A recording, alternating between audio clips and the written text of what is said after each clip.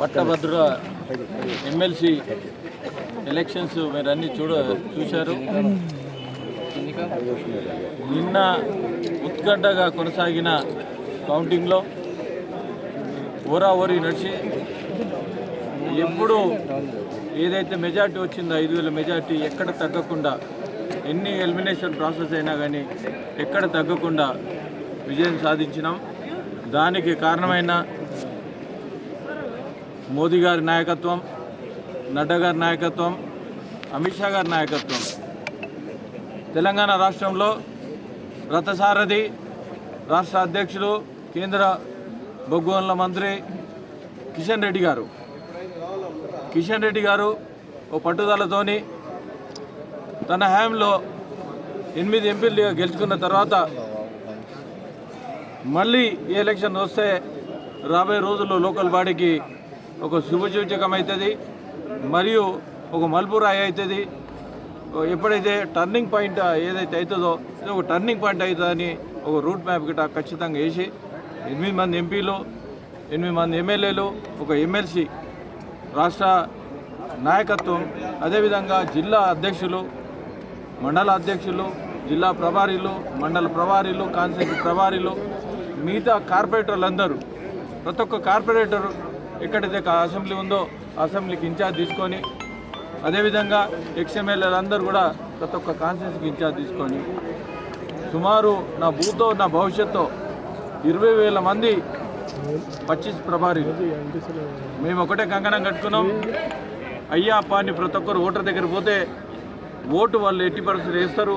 ఎందుకు దీని కారణం అంటే భారతీయ జనతా పార్టీ గత 10 ఏళ్లలో మోదీ గారి నాయకత్వంలో ఒక్క రూపాయి అవినీతి లేకుండా భారతీయ జనతా పార్టీ నడిపించిన ఘనత మోదీ గారికి దక్కింది. ఎప్పుడైతే అవినీతి లేదో దేశం బాగుపడుతుంది, రాష్ట్రం బాగుపడుతుంది. ఇన్ఫ్రాస్ట్రక్చర్ డెవలప్మెంట్ చేయాలనే ఉద్దేశం కంకణం కట్టుకొని ప్రపంచ దేశాలతో పోటీ పడుతున్న మోదీ గారికి ఇప్పుడు 5వ ఆర్థిక దేశంగా ఉంది. ఆయన ఒకటే అన్నాడు, ఈ సంవత్సరం ఏదైతే ఉందో నేను 3వ ఆర్థిక దేశం తీసుకొస్తానని చెప్పడంతో ప్రతి ఒక్కరు గ్రాడ్యుయేట్స్ ఎవరైతే ఉన్నారో, ఇంటలెక్చువల్స్ ఎవరైతే ఉన్నారో ప్రతి ఒక్కరు మోదీ గారి ఆకర్షితులై భారతీయ జనతా పార్టీకి వీళ్ళందరూ కంకణం కట్టుకొని వేసేందుకు ప్రతి ఒక్క ఓటర్కు నేను శిరసు ఉంచి నమస్కారం తెలియజేస్తున్నాను. ఈ గెలిపే వాళ్ళకి అంకితం. ఎందుకంటే వాళ్ళు ఒకటి తలుచుకున్నారు.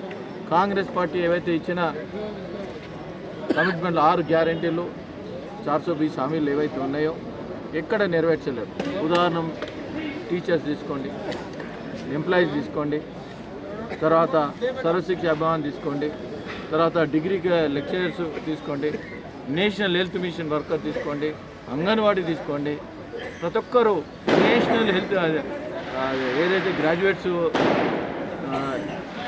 కాంట్రాక్ట్ లెక్చరర్స్ ఉన్నారో, జూనియర్ కాంట్రాక్ట్ లెక్చరర్స్ ఉన్నారో, హైకోర్టు ఒక జడ్జిమెంట్ ఇచ్చిన తర్వాత వాళ్ళు ఒకటి అన్నారు, ఎంటీఎస్ మినిమం టైం స్కేల్ ఇస్తే పేమెంట్ కాకుండా వాళ్ళకు జాబ్ గ్యారెంటీ ఉంటుందని హైకోర్టు జడ్జిమెంట్ ఇచ్చిన తర్వాత వాళ్ళని అతలాకుతం చేసిన తర్వాత, అదేవిధంగా సర్వశిక్ష అభియాన్ పక్క రాష్ట్రంలో, మన పక్క రాష్ట్రం ఏదైతే ఆంధ్రప్రదేశ్ ఉందో అక్కడ 6,000 రూపాయలు ఎక్కువ వేసారు.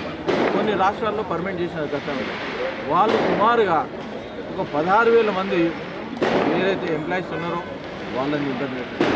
నేషనల్ హెల్త్ మిషన్ ఏదైతే ఉందో 5 జీవో ఎప్పుడైతే తీసుకొచ్చారో అలా కొంతమంది ఇంప్లీట్ చేసి కొంతమంది ఇంప్లీట్ చేయకపోవడం ఎంత దాదాపు కరోనా టైంలో కూడా వాళ్ళు ఎన్నో పనులు చేశారు. ప్రాణాలు అడ్డుపెట్టి పనిచేసిన ఘనత వాళ్ళకు ఉన్నా కానీ కనీసం వాళ్ళని ఇంప్లిమెంటేషన్ చేయాలి. కానీ వాళ్ళకు దున్నపోతు మీద వాన పడ్డట్టు వాళ్ళు ఉన్నది. ఎక్కడ సొయ్యలేని ప్రభుత్వం నడుస్తుంది. ఒకటే ఏంటంటే మీరు ఇచ్చిన మాట ఏమన్నారు, నేను ఛాయ్ సేవ్ చేస్తాను, మరి ఛాయ్ తాగుతుండా రేవంత్ గారు. ఇంకొకటి ఏంటంటే నిరుద్యోగ విషయం 4,000 రూపాయలు ఇస్తానని రాహుల్ గాంధీతో చెప్పారు. 56,000 అకౌంట్లు వేసాం కదా పోరాటం చెప్పారు. అదేవిధంగా విద్యా సంస్థలు ఏవైతే ఉన్నాయో ఫీజు రియంబర్స్మెంట్ విషయంలో తీసుకుంటే 7,940 కోట్లు 7,940 కోట్లు ఎన్ని విద్యా సంస్థలు ఉన్నాయి. ఆ విద్యా సంస్థలకు పేమెంట్ ఇవ్వలేక, వాళ్ళకి సర్టిఫికెట్ లేక యాజమాన్యంకు పేమెంట్ రాక, యాజమాన్యంలో అలా పనిచేసే లెక్చర్స్కు శాలరీలు ఇవ్వక అతలాకుతలమైన ప్రభుత్వాన్ని ఎంత ఇబ్బంది పడుతారో దాన్ని బట్టి విద్యను వైద్యాన్ని ఎవరైతే నిర్లక్ష్యం చేస్తారో వాళ్ళకు పుట్టగతులు ఉన్నాయని తెలియజేస్తా ఉన్నాను.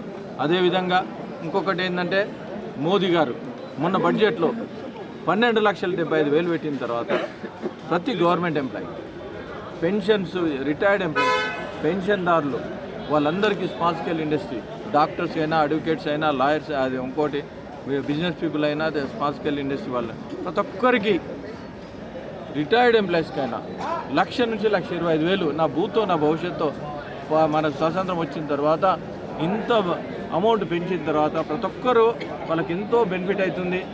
ఇది ఆకర్షితులై మేనిఫెస్టోలు పెట్టకుండా చేసిరు ఘనత మోదీ గారికి దక్కింది.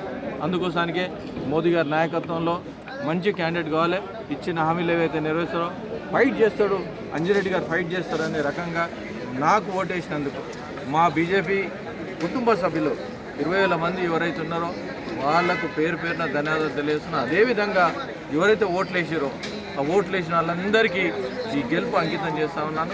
ఇంకొక మాట ఏంటంటే రేవంత్ రెడ్డి గారు ఒకటే ఒక మాట అన్నారు, మండల్కు ఒక ఇంటర్నేషనల్ స్కూల్ కడతా అన్నారు. ఏ మండల్లో ఎక్కడ కట్టిన దాఖలాలు ఉన్నాయి, అన్నీ తిరిగినాం కదా. మండల్లో ఎక్కడైతే 4 ఉమ్మడి జిల్లాలు ఉన్నాయి, 42 కాన్స్టిట్యూన్సీలు ఉన్నాయి. 42 కాన్స్టిట్యూన్సీలో ఇంచుమించుగా 371 మండలాలు ఉన్నాయి. అన్ని మండలాలు తిరగడం జరిగింది. ఏ మండలంలో ఒక్కో స్కూల్లో ఒక్కో ఇది వేయలేదు. దీంట్లో సుమారు 24,000 బూతులు పార్లమెంట్ వైజ్ చేస్తూ 6 పార్లమెంటు 24,000 బూతులు. ఇది పెద్ద కాన్స్టిట్యూన్సీ. 50 రోజులు ఇది మలుపు ఏంటంటే మేధావులు ఎప్పుడైతే భారతీయ జనతా పార్టీ వేసారో కాంగ్రెస్లో భయం చుట్టుకుంది. యాక్చువల్లీ ఎంత భయం చుట్టుకుందంటే